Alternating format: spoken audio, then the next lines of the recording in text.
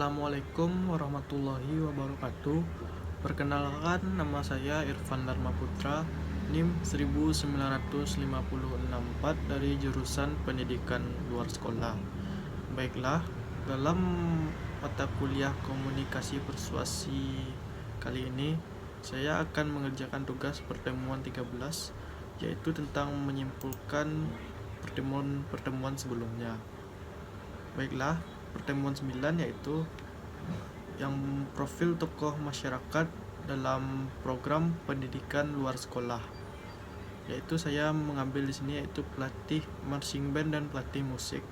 Nama lengkap Adam Hashifullah, jenis kelamin laki-laki, tanggal lahir 3 Juni 2001, pendidikan terakhir SMA, alamat Jalan Sirambak nomor 13, Desa Cubeda Air Utara, Kecamatan Pariaman Utara, Kota Pariaman, Provinsi Sumatera Barat. Pengalamannya, anggota Nada Syiar Padusunan, staf kepelatihan Nada Syiar Padusunan, mengajar di MTSN Punggung Ladiang Kota Pariaman, mengajar marching band Nada Syiar Padusunan, mengajar musik untuk anak-anak nagari Desa Cubeda Air. Adam adalah seorang pelatih musik atau pelatih marching band di sekolah dan seorang pelatih musik di daerahnya di Desa Cubeda Air di Kota Pariaman. Adam merupakan keturunan asli Minang. Ayah dan ibunya sama-sama berasal dari Pariaman. Walaupun Adam berasal dari Kota Pariaman, tetapi dia dibesarkan di Kota Padang. Dari jenjang sekolah dasar, Adam sudah tertarik di musik. Di sekolah dasar, Adam telah mengikuti dan mempelajari musik dan marching band. Setelah tamat dari salah satu sekolah dasar negeri di Kota Padang, Adam lanjut ke jenjang yang lebih tinggi, yaitu ke jenjang sekolah menengah pertama. Namun, Adam tidak masuk ke sekolah umum, tetapi dia masuk di sekolah pesantren. Di samping Adam mempelajari dan terus menekuni musik dan marching band yang terus dilanjutkan, dia juga mempelajari dan mendalami ilmu agama di pesantren. Setelah tamat dari pesantren, Adam melanjutkan ke jenjang sekolah menengah atas, yaitu bersekolah di salah satu madrasah aliyah negeri di Kota Pariaman. Di bangku SMA inilah Adam mulai mengikuti dan mulai mengukir prestasi-prestasinya dari tingkat kota maupun provinsi hingga tingkat nasional. Di bangku SMA, Adam sudah mengajar dan menjadi pelatih musik untuk anak-anak di Desa Cubeda Air di Kota Pariaman. Setelah tamat SMA, Adam melanjutkan dan menimba ilmunya di bangku perkuliahan di Universitas Islam Negeri Imam Bonjol Padang di jurusan Manajemen Dakwah. Di kampus pun, Adam masih mengikuti hal-hal yang berkaitan dengan musik, yaitu Adam bergabung di unit kegiatan kampus musik Universitas Islam Negeri Imam Bonjol Padang. Walaupun sembari kuliah, Adam tetap melanjutkan menjadi pelatih musik di desanya untuk anak-anak dan juga pelatih marching band di salah satu sekolah di Kota Pariaman. Baiklah, selanjutnya yaitu di pertemuan 10, yaitu ada tahapan-tahapan penerapan komunikasi yang sistematis dalam penyelenggaraan program pendidikan luar sekolah. Yang pertama yaitu pengirim pesan memiliki sebuah ide atau gagasan.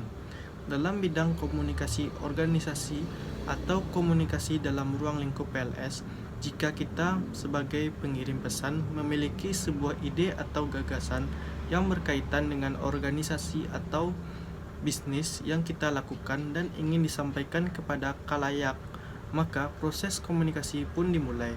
Begitupun dengan bidang komunikasi atau konteks komunikasi lainnya. Yang kedua, pengirim pesan yang melakukan encode terhadap ide atau gagasan dalam sebuah pesan.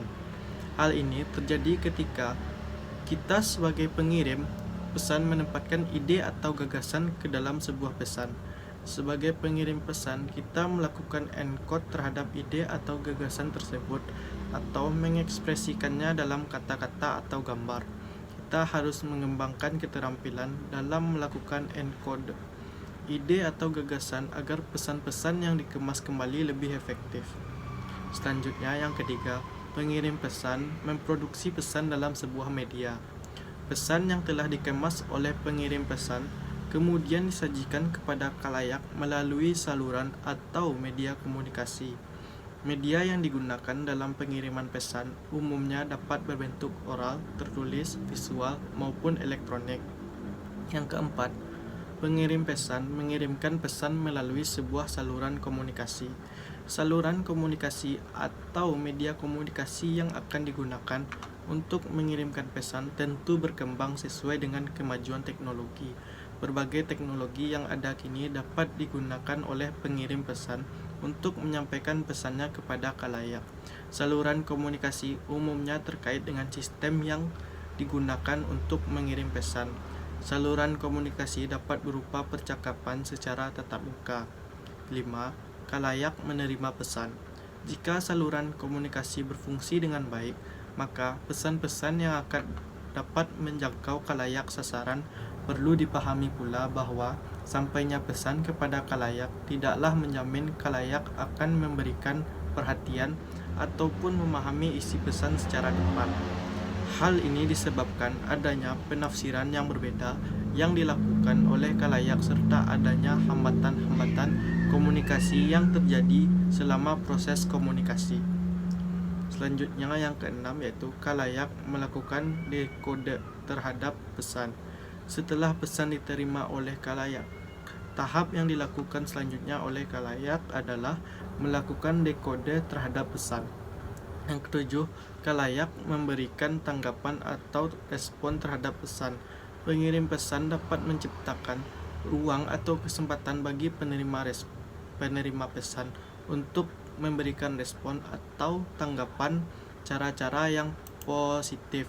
Pemberian respon atau tanggapan oleh khalayak tergantung pada kemampuan khalayak untuk mengingat pesan dan bertindak, kemampuan khalayak untuk bertindak, serta motivasi khalayak untuk memberikan respon. Yang kedelapan yaitu khalayak memberikan umpan balik kepada pengirim pesan. Dalam rangka memberikan respon atau tidak memberikan respon terhadap pesan, khalayak dapat memberikan umpan balik yang dapat membantu pengirim pesan melakukan evaluasi usaha komunikasi yang efektif.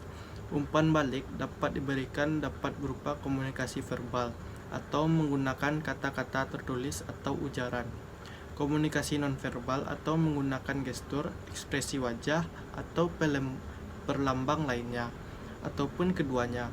Sebagaimana pesan, umpan balik yang disampaikan oleh khalayak juga memerlukan proses dekode karena adanya pemaknaan yang beragam.